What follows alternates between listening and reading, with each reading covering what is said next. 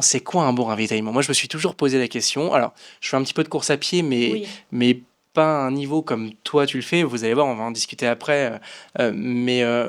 Qu'est-ce qu'un coureur s'attend à trouver impérativement sur un ravitaillement? Qu'est-ce qu'il faut surtout pas oublier?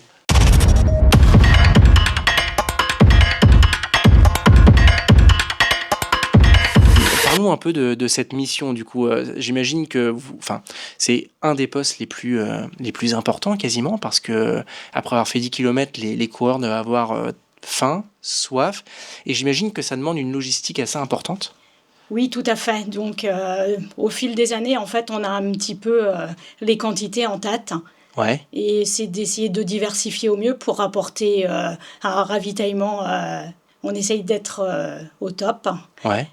Comment Parce qu'on sait que nous, en étant coureurs, on apprécie un bon ravitaillement quand on a fait une course. Alors justement, c'est quoi un bon ravitaillement? Moi, je me suis toujours posé la question. Alors, je fais un petit peu de course à pied, Oui. mais pas à un niveau comme toi tu le fais. Vous allez voir, on va en discuter après.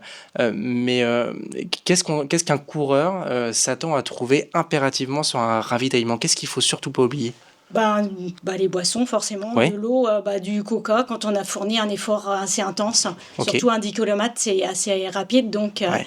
un effort intense, donc du coca, du jus Beaucoup de d'orange, sucre, voilà, quoi. pour bien récupérer à l'arrivée. Ok. Et des oranges, des bananes, des barres de céréales, voilà. Tout ce qui peut permettre en fait d'en mettre un gros coup Tout d'énergie à assez fait, rapide. du chocolat, et on essaye Ouais, au fil des années du coup d'améliorer au maximum et puis d'apporter suffisamment de quantité et que tout ok. le monde soit satisfait.